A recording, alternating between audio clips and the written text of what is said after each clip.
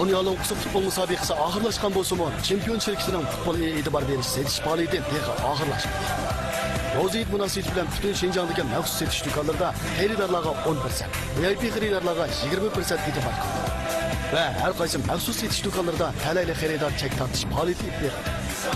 Roziyet tantanasi ve futbol xushalligini chempion bilan birga surdi. Faoliyat 8-yanın 3. günü oxirlashdi. Chempion tantarbiyasi. Yeni ideya erkeklerge xas layihani barlık keltirdi. An'ana onu güzelleştirdi. İşenç ve mesuliyet vayet yetkizdi. Şunun bilen miras o'ttirib chiqdi. Erkeklerinin kimligi miras erlar kiyimleri. İnsan jismiga qaddi qomat, kuch-quvvat, latofat ato qilingan. Jo'shqin ruh, uchiq zehn, ijodkorlik inson tabiatini mukammal go'zallikka ega qiladi. Xizmat, o'rganish, turmush, ijodiyat inson hayotining ma'nosi. Ammo charchash inson jismini ojizlashtiradi. Malayziya B2 quvvat ichimligi sizning to'g'ri tanlashingiz. Malayziya B2 quvvat ichimligi.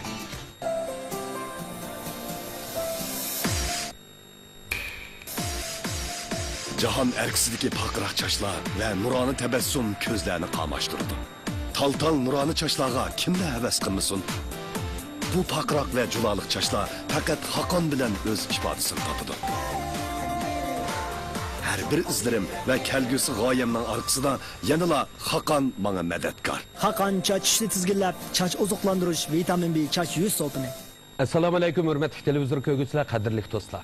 2010-yılı Merkez Tuncu Qıtımlıq Şinjan Xizmet Söhbət yığını açqandan bu yanqı 4 yıl mabeyinde Abdunum rayonumuzdan her qaysi joylardagi her millet yaşları, ittifaq, inaq, güllengen, bay ve medeni Şinjan quruşqa özünün barlığını ata qildi. Şundaqla her qaysi kesip ve sahalarda mol nəticələrini barlıq keltirdi. Bolupmu ularninki ijodiyat, tadqiqat, xizmat ve turmuşida zor ilgirləşlər barlıq keldi. Biz muşu münasebet bilen devrimizдің münevver yaşlardan 2 nefer yaşının hikayesini keng tomoshabinlarga taqdim qilishni o'ylashdik. Men oldi bilan bugungi suhbatimiz taklif qilingan to'rdagi aziz mehmonlarni tanishtirib o'tay. Yakan nahiyasi Yezi Qariz Amonat Kooperatividan yosh yozuvchi Abdukerim Qodir. Shundaqla Misranim tor bekitining qurg'uvchisi, qonuniy vakili Abubakr Muxtar. Hem yeni bir aziz mehmonimiz Ürüm şehirlik 16. Otur Mektebinin alohida darajalik til adabiyot o'qituvchisi Abbas Niyazla. Biz sizlarni qizg'in qarshi olamiz. Bir millatning madaniyati o'z xosligi aloyilik orqali qanchaga juloliq bo'lsa, adabiyoti orqali o'z qimmatini shuncha namoyon qiladi. İcadiyat bir qarmoqqa intayin o'ng'aydi, bir qarmoqqa intayin qon-ter bedeliga qo'liq keladigan jafoliq emgak. İki putum bo'lmagan bilan ikki qo'lim bor, ko'zim bor, tafakkurim bor, eng oddiy insoniy bir mehr muhabbatim bor.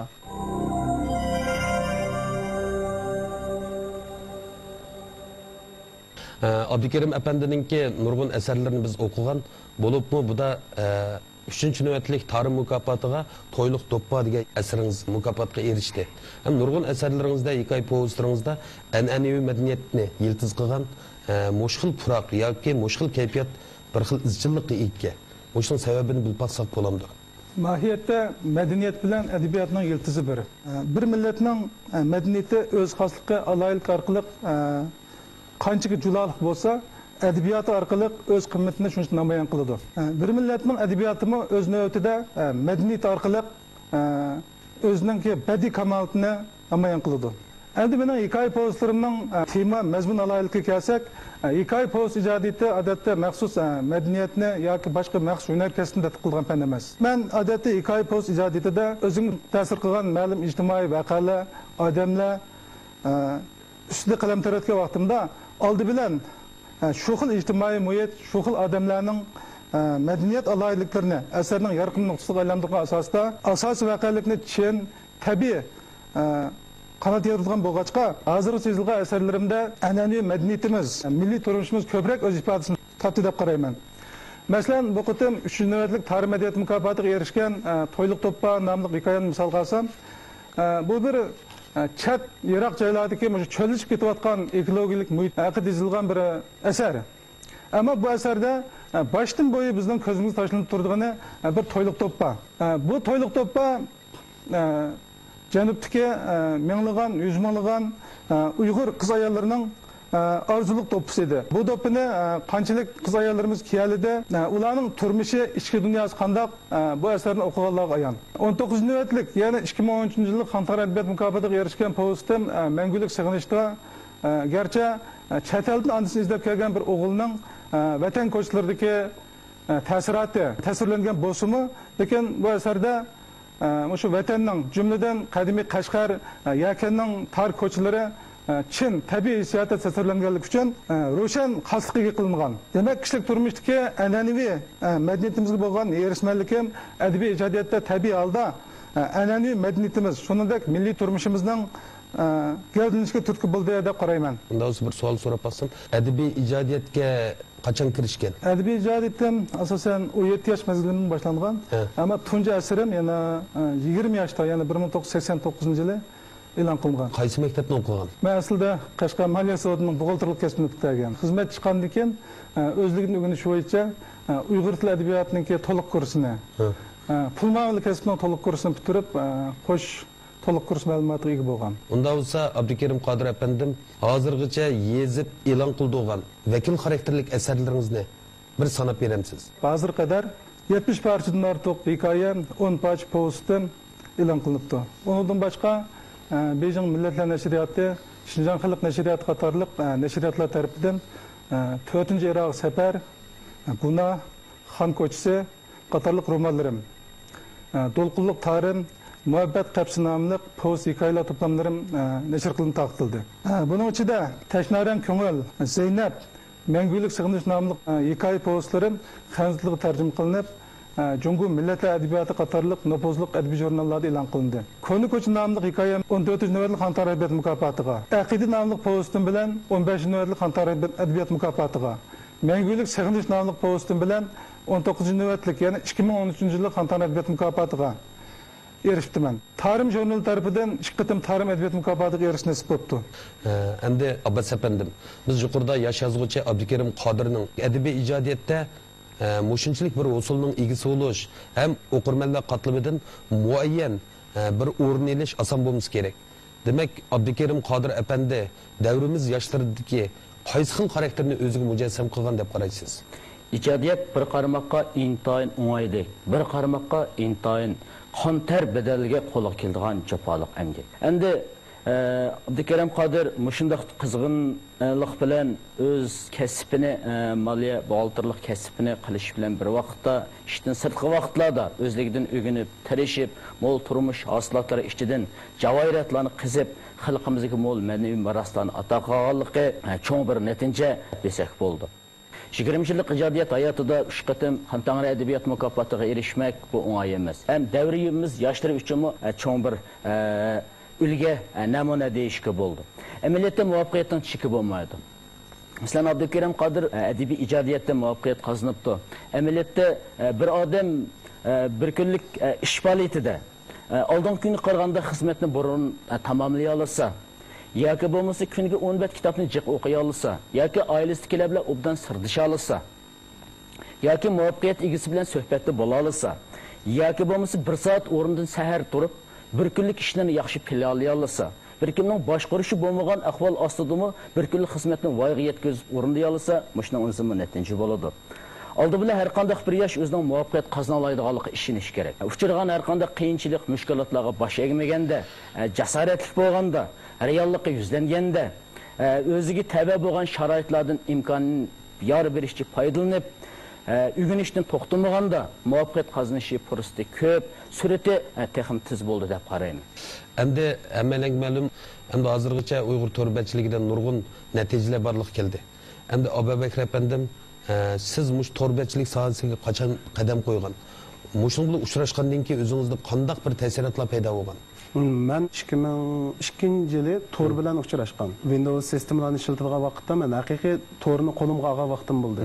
Shu chog'dan boshlab Tordan iborat bu mavhum dunyoda men ma'lum jihatdagi ojizligim sababli real turmushda kamsitilgan bo'lsam, mavhum dunyo butkul tafakkurla chiqaradigan bir so'rin bo'lganligi uchun men u yerdan bir xil o'zingga nisbatan birsimiz qilgan ishni yana birsimiz qilishga intilish u insonning normal bir tabiati. Men nima ishqa shulardek mang'anmaydiganda, men yugurib bir narsani o'ynaganda, shunda bir ro'yi besimlar uchirganda, to'xta. Endi iliq kishilarning ko'rayotgani mening xo'shal oltim, lekin ichimdan bir azoblanadigan yerlarim bor mening. O'zimning qanchalik holatda qurbim yetadiganligi bir ishlarga. Men bu ishni qandaroq qilsam yaxshiroq bo'ladiganligi to'g'risida men ko'p o'ylandim. O'ylanib, bir chaqlarda men shu kichik vaqtlarim bo'lsa kerak, shu laglak uchatdim. Laglak uchatganda bir laglakni noit egiz uchatib, qo'shilib turgan jip uzilib ketdi. Ketgandan keyin sal ochig'imiz keldi. Iliq jipni yo'gashmi qo'shaqmay tashqib etdik. Men shu yerda iliq oddiy bo'lsin bir logikalik tafakkurni bayqadim. Bir laglak osmonga chiqib uzilib ketdi, u normal ahvol. Lekin bozorda nurg'unlagan laglaklar bo'lishi tabiiy. Ya'ni biz jipni uzun qilib qo'ysak, uchata olamiz aniq. To'g'ri. Hayotni faqat shunga o'xshash. Men tanlash huquqiga erishamadim. Lekin hayot qanday yashash huquqiga erishdim. To'g'ri. Mush sababdan men bu hayotda qanday yashash ustida to'xtalib, laglakka o'xshash, mayli bir tal laglak uchib kelsa hech qisi yo'q. Ikki putim bo'lmagan bilan ikki qo'lim bor, ko'zim bor, tafakkurim bor, eng oddiy insoniy bir mikro muhabbatim bor. Men mush orqali, to'r orqali o'zimning bir normal bo'lgan psixikam orqali, yana birisi shu normal bo'lgan jamiyatda menni bir o'zimning mavjudligini isbotlash, shunday bir tafakkurlarim, o'ylarim orqali menni shu yeng orzu, yeng ideyani bir orzularim uchib ketdi. Masalan, men topchi bo'la olmayman, mangu bo'la olmayman. Onundan men o'zim yoqtirdigan ishlarni o'ltirib turib pakiz qilg'il bo'ldi. To'rchilik sohasini shu chaqda tanlab oldim. Shu chaqlarda oddiy bir bloglarni, so'zlash detallarini tadqiq qilib kirishgan bo'lsam, to'xta. Bu mangu bunday o'ynag'il bo'lmaydi-ku. Men o'zim ta'sir qilmay, o'zim boshqalarga ta'sir qilish, boshqalarning ideyasi menga ta'sir qilish. Menda bir kollektiv shakllangan bir to'p yashab baqaychu degan ma bir tuyg'ular bilan to'r bekatdan iborat masaga 2005-yilda bir oddiy naqsh tushirish. Shu to'r bekat orqali kirgan. Oxirida kelib bu bir men bir millatning, vatanning bir ona tilimizning, madaniyatlarimizning haqiqiy yorqin ifodasi bo'lgan bir to'r bekatdan iborat turmush eng yaqin bo'lgan mavhum dunyoni o'zimga sirdosh do'st qilib tanlab oldim. Men buning qanchalik ajr bersam, u ko'klab taraqqiy qilaverdi, mevasini shunchalik berdi. Shu mevadan huzurlandim, xalqlar soyisidan bahrlandi, oxir kelib mevani dasqon qo'ydik, tang edi. Endi hozir Misraning to'ri Uyg'ur jamiyatiga nisbatan tonish bir to'rlarning biri. Hozirgacha mening egallashimcha 135 mingga yaqin a'zosi bor ekan. Mush to'r betonlarningki hozirgi real ahvol haqida bir tushuncha berib bersangiz. Endi bu to'r bekat qurilgandan keyin uzluksiz bizmi terishdik endi. 2007-yili Misranim degan ismni angoldirib, rasmiy qonunli qoldirib motor bekatni ochdik. To'rdan iborat dastlab o'ylagan tunji fikrlarni naq vaqtida belgilangan ma'qul muhitga uchirish, odamni bir texmi olg'a intilishchan qilib tarbiyalaydi ekan. Ham to'r bekatga nisbatan faoliyatlar bo'lsa, uzluksiz tashviqlarni qilib turdik, faoliyatlar o'zimiz muxbir bo'lib bordik. Endi shu jarayonlarda xalqning hamda azdir ko'pdir bilishiga erishdi. Asos jihatdan men terishdim degan bilan, men yana shu xalqning shu o'rtaq fikr eqimi sal ilg'orlashtirilgan yoki uni bir yuqori ko'tarilgan darajada faqat qadam-qadam pashtaq ilgirlab mangdik. Demak, bizni qo'llaydigan shu to'r bekatga erisman bizning aziz ishtirokchilarimiz biz bilan mos qadamda tang mangdi. Men bu yerda a'zosandan faxrlanish emas, uningdagi haqiqiy mazmun odamga bevosita ta'sir qilgan yozma, o'y fikrlardan men shuningdan o'zir ola olmayman. A'zo 135 ming bo'lganidan, lekin yozmalarning sifat yoki kishilarning o'y fikrlari kunda yangilanishchanligi hamda 100 maqola. Ham uning inkos, agishish mojiatlarda 2-3 ming yozma maqolalar keldi. Men jamiyatdagi faoliyatlarga yuzlandim, sohalarga yuzlandim. Bu jarayonlarda men ko'plagan faoliyatlarni o'zim bir qo'lliq to'r bekatlarda e'lon qildik. Anda sirdoshlar ko'zning qatorliq programmalarni maxsus o'zimiz televiziya programmalariga o'xshatib shulardan o'rnak olib, yoki yangi tafakkurlar shunda bir programmalarni qo'yish orqali jamiyatga mana shu iqtisod, madaniyat, ma'rif, mayli davlatimiz tarafidan shon shuhratga erishgan kishilar bo'lsin, yoki dehqon bir oddiy bir sahroda yashayotgan dehqonning turmushi bo'lsin, biz shularni aynan chin holatida bir qism real masalalarga nisbatan biz tez inkos qaytarish orqali to'r bekatga hozir bizlarni qo'llaydigan nurg'un kishilardan tang olg'a ilgirlab mengayapmiz. Odam uchun shundoq aytishga bo'ldiki, tanning meyipligi hech gap emas. Ruhiy meyiplik eng yomon. Yozuvchining orzu armoni xalqning orzu armonidir. To'rdashlarning oxirgi bergan baholari menga. Mening ordiqimni chiqirdi. Qandaqdir turmushdimi? Men meyipdek his qilmayman.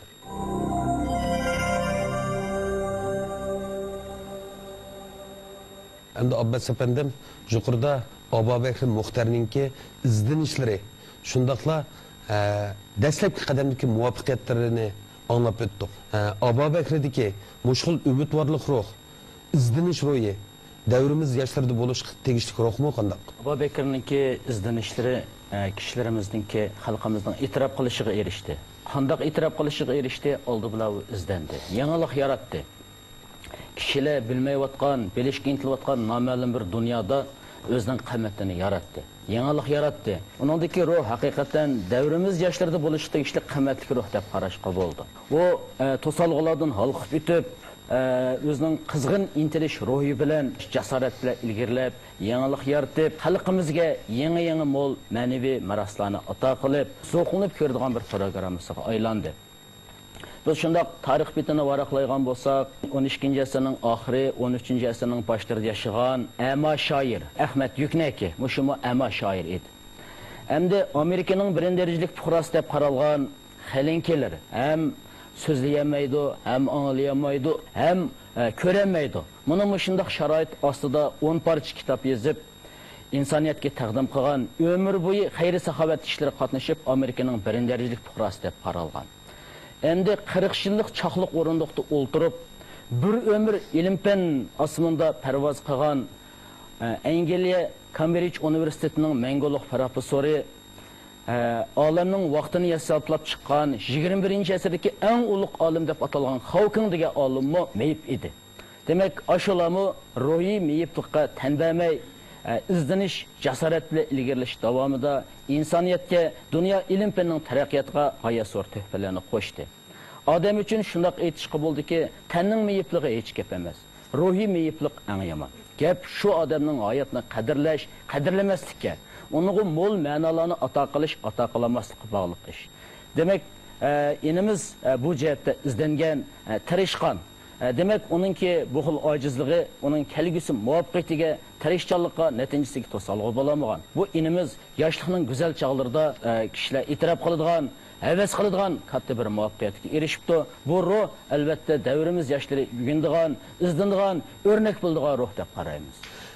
Endi Abdukerim efendi, siz asarlarni yozsangiz, matbuotlarda e'lon qilinsa, o'qirmanlar uni tanishib o'qib, qoyillik bilan boshlanishsa, sizda bir xil huzurlik hissiyat bo'lishi mumkin. Demak, o'qirmanlarningki e'tirof qilishi, ularning so'yinishidan qanday bir ilhomga ega bo'lasiz? Ham bundan keyin qanday ijodiyat planingiz bor? Yozuvchining orzu armoni xalqning orzu armonidir. Men ijodiyat kirishganimdan buyon izchil holda chat, yiroq yiziq qishloqlardagi oddiy dehqonlarni, shaharlardagi hunarvan kasblarni yozib kelyapman. Bu jarayonda ularning orzu armonlari, go'zal kelgusiga bo'lgan intilishlari mening orzu armonimga, mening intilishimga aylanibdi. Tunji romanim bo'lgan 4-raq safar nashr qilingandan keyin uzoqcha hayajonlanib yurdim. Men bu romanimda davrimizdagi janub dehqonlarining oddiy turmushini, orzu armonlarini, xushalliqlarini, xafaliqlarini bir qadar jonliq til, puxta qurilma, mukammal syujet orqali yoritib berdim. Şunun bilan birga romanda chat yiroq yezlarni, shaharlarga, Janubiy Shinjon xalqini Shimoliy Shinjon xalqiga muvaffaqiyat qilib ulab, Janub Shimolda yashayotgan xalqimizning qon qarindoshlik munosabatini bir qadar yaxshi yoritib beralgan. Bu romanni hammadan avval Il xalq radio stansiyasi anlatgandan boshlab, Qashqar xalq radio stansiyasi, Qumli xalq radio stansiyalari orqa-orqadan anlatib, eng zo'r darajada ijtimoiy unum yaratdi. Bu qitim Shinjon xalq nashriyat tarafidan nashr qilinib, tarqilish oldi turgan Xon ko'chasi nomli romanimni mening ayni chog'dagi 3 yillik jafoliq ijodiy amkimning mas'uli edi. Bundan keyingi ijodiyat tayyorlik ustida ig'iz ochsam, 40 yoshlardan oshgan bir yozuvchi uchun ijodiyat orzu armonning burish tuyg'usining mas'ulidir. Bir millatning adabiyoti o'z xalqining madaniyati bilan cho'nqur yiltizdosh bo'lganidek, tarixi bilan to'mirdosh bo'ladi. Bugungi davr adabiyotimizda tarixiy temalarda ko'plagan nadir asarlar borlik kelgan bo'lsa-mu, atibolli qag'onlar haqida texi sesimlik asar yozilgani yo'q. Shunga navbatgi ijodiyatimda tarixiy bilimimning kamchiligi, materiallarning yetarlikligi qaramay, tirishib izlanish orqali bu yirik tarixiy asarning birinchi qismini bitirish oldida turyapman. Mushu ilmiy emgakni muvaffaqiyat tamomlab, tezroq xalqimizning diqqatiga suna olsam, o'zimni andin Uyg'ur xalqining yozuvchisiman deyilgan bo'lardim. Demak, bu da shu nashriyat qo'ygan tarixiy romanning ismi nima? 3 qolgan. 3 qolgan. Bu qancha qismlik roman? 3 qism. 3 qism. Hozirgacha qancha qismni yozib bo'ldingiz? Hozir bir qismini tamomladim. Samimiyat odamni do'stlikqa chaqirdi ekan. Yoshlik bir uchqun, yoshlik bir xil jasorat bu.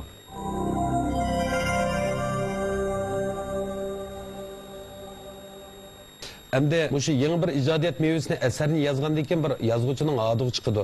Shuningga o'xshash balkim Abubakri inimizning torbatlari bilan shug'ullanib, bir yangi maqola, yaxshi yo'llanma yoki yaxshi tahlil bilan tafakkurimizni ochadigan asarlarni yo'llab, Misronim to'rininki a'zolari ko'paysa yoki bo'lmasa o'ziga nisbatan tashakkurlar yog'sa, ordig'i chiqadigan, qo'shiladigan chog'lar bo'lishi mumkin.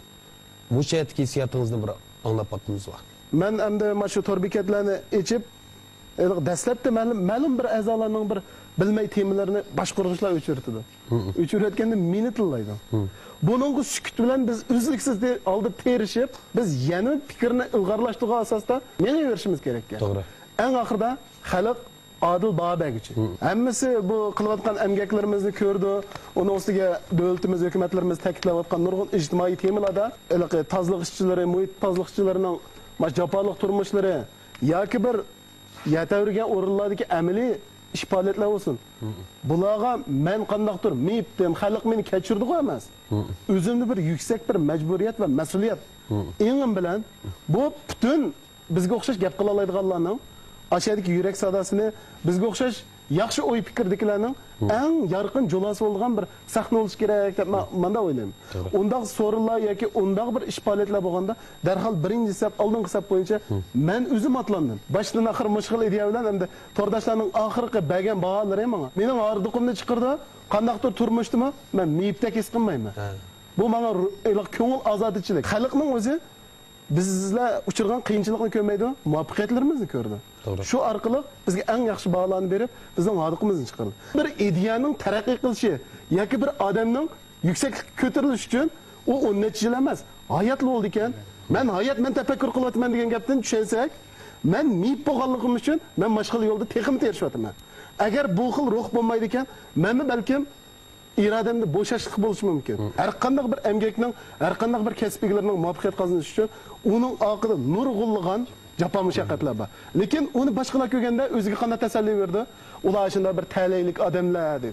Amaliyotda talaylik emas. Ular uzluksiz terish orqali texmi tafakkurni yanglab, ish faoliyatlarini texim go'zallashtirdi.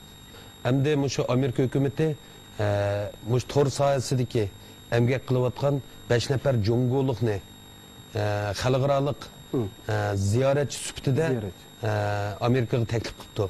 Shularning qatorida siz bor ekansiz. Shundaqmi? Unda bo'lsa bu bir tekshirish umidi bilan chiqibsiz. Balkim elimizdan chiqqan boshqa torbatlari bilan bo'lgan aloqanglar, munosabatinglarni aytib qo'yib qo'ldimmi qanday? Ularning hech qaysini tanımayman. Ular millioner. Endi men o'zimning ro'yini bak boy deb bilaman, lekin menda unda ziyoda millionerlarcha pul yo'q. Avla Kekyoning bor, senatorlarning bor, davlatimizningki dangliq tor bekatlarining ma'lum bir rayoninki, masalan, Xinjiang rayoninki ayrim bir mas'ul xodimlari bor. Men endi bir Uyg'ur tor bekatida endi davlatimizdagi torlarga selishtirganda biz nurg'un jihatlarda ko'p ajiz. Endi ayaga borgandan keyin men qanday qilaman? Men qandaqdir bir kichik rayoninki keldim bir oz sonliq millat yeziqidagi bir tor bekat deb ro'yimni tushirish emas. Endi o'zim kichik tor bekat bo'lsammi, cho'nglar bilan tang ochadi. Ular maqtanib so'zilsa, men ulardan oshirib po'at oladigan so'zlayoladigan ma'qul holatda ashunda bordim 3-4 kungacha bizni natunish. Dastlabki chiqqan vaqtlarda hammamiz bir-birimizdan qo'ypayli mijoz xarakterini bilmaymiz. Men bilan bo'lgan boshqa tor, boshqa sohadagi ma do'stlar men qaragandan keyin tabiiy holda intayin chin bo'lgan bir do'stlikka erishdim. Men arvin ishlasam to'xta. Sen qo'ling bak kuchlik bilamas. Lekin Maishtira yorvini. Ab necha million topgan odam mehr muhabbatning arvasini ishtiryapti. Aşağıdaki bir urug' tuqqanlardek Çünkü o yerda Jungo vakalatan çıkan bir aile kişiler lan var biz. Çoğun bir ailenin kişileri. Biz o yerda özümüz yarı yölek bulmasa, kandaktor başkalarının yardım kütönmeymiz. En avval birisimiz kıyınçılık uçursak aile yardım koygandak, avla bağın sır təsirlenip, o milyonun ilgisi, her dağınlık maşinalarını eydeydiğen, o milyonlarla ahırda bir addi harva iştedi. Bu harvını iştirişte şu mihir muhabbet sebepçi oldu. Ben şundan hem de kandaktor adam samimiy holatda chin fikr qilib rangvozlik pardozlamagan asosdagi tabiiy his tuyg'ulari bilan boshqalar bilan yaqinlashsa bu orliqni qandaqdir tog' daryo davlat chegara hech qanday narsa buzolmaydi. Tabiiy boshqalarning amroqligini boshqalarning yaqinligini boshqalar bilan do'stona munosabatni shakllantirdi. Davlatimizdan chiqqan 5 nafar yo'ldoshlar bilan bo'lgan munosabatim alayda yaxshi. Hozir izlab turdi. Shinjonglarga kelsang izda deb bizlar yaxshi muomalada ular mesela ish kirib kelib qolsang bizning uyda yot degandek o'sha xil darajada inoqlik nimamiz bor.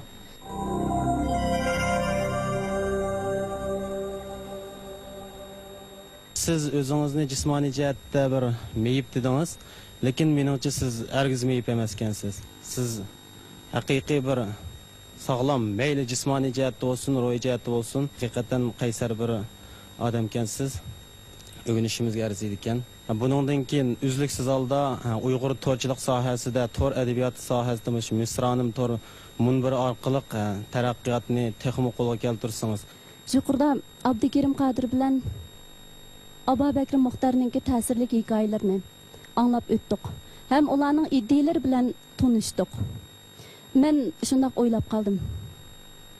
Adam öz hayatını nurlandırış üçün aldı bilen kalbiga özüge hamma narsani singdirib ketalaydigan cheksiz bir qalbga, to'g'ri xatoga hukm qila oladigan bir tafakkur, keng bir tafakkurga ega bo'lgan vaqtida o'zining nishoni uchun har qanday sharoitda bo'shashmay tirishib, yaxshi bir natijani qo'lga keltira oladiganligini bular o'z amaliyoti orqali bizga isbotlab berdi. Ham bugun dadamning much sahnaga chiqib muchunchilik natijani yoritib, xalqning ko'nglidan muchunchilik o'rin ola olganda men shunda faxrlandim. Muş kardeşimizin muşkul karakteri, muşu halk üzerine nepketiziş, hem yaşayıp kedisikli hayatını tıkım nurlandırış, muşun itibilen şunda tırıçılık köz otkalıkını hem bizim ögünüşümüz gerçekten.